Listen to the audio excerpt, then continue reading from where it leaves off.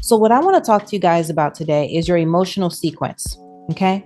Because this is what you want to get control over, your emotional sequence. Now, your emotional sequence, for most of us, it is managed or it is ran by our open wounds.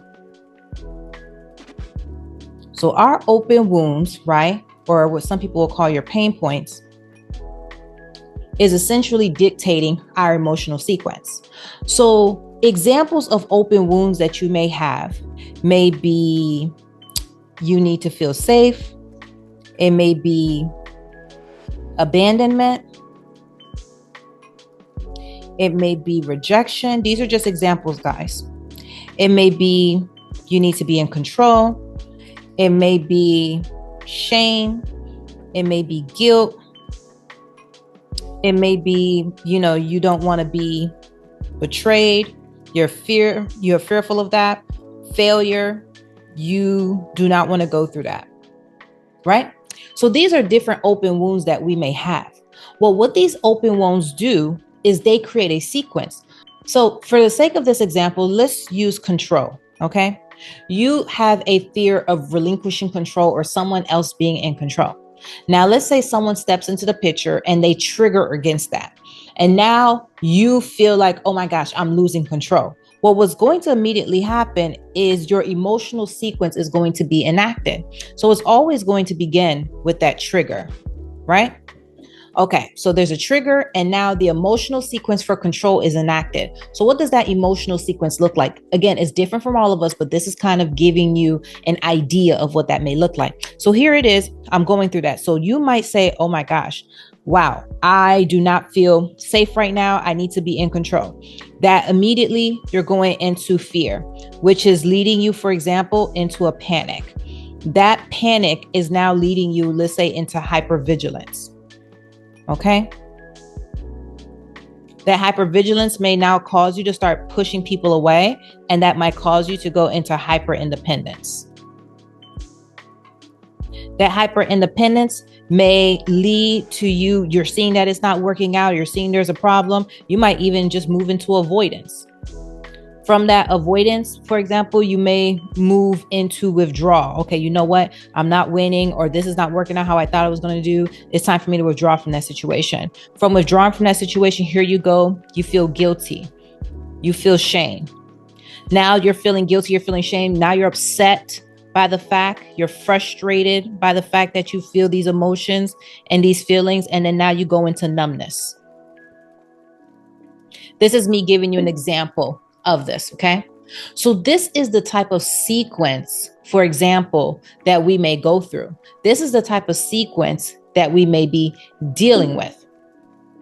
So what you want to do is you want to get in control of that emotional sequence. Because going from that fear to that panic, to that hypervigilance, that avoidance, that withdrawal, that guilt, that frustration, and that numbness, if the situation that is triggering your control doesn't change, that means the sequence that you're going to remain in is going to be that sequence. And for so many of us, if you take proper inventory of your life, you're in an emotional sequence.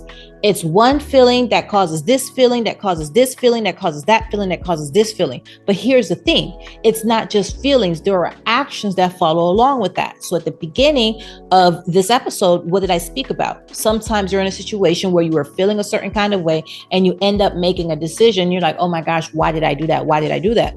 Because the emotional sequence that you were in, that emotional sequence led to you making a decision that ultimately you felt like was sabotaging you. Because when you look in hindsight, you feel like in a sober mind, that's not a decision that you would have made. Well, so many of us, we are currently being triggered. Our wounds are open. Our pain points are being impacted by whatever's going on in our circumstances. And we are in an emotional sequence that is continually cycling around. And the actions and the behaviors that we are demonstrating, they are all according to our emotional sequence. Let me tell you guys why this is so important. The reason, ladies, this is so important, and I want to address this, is because, as I said, we have 90 days before the year ends.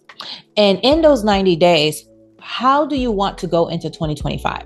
Are you waiting for the beginning of the year to start before you begin, saying, oh my gosh, it's time for me to do something. It's time to change my life, etc. Or do you want to begin to work now? Because if you begin to work now, you can almost guarantee that you're going to have a phenomenal 2025 because you're already investing and you're already showing that you're not waiting on the motivation of the new year. Instead, you're already walking into a discipline that's going to support you. Because regardless of the fact, this version of you is going to need to be shed. So if you wait for 90 days to say, okay, I'll start shedding that version of me at the beginning of the new year.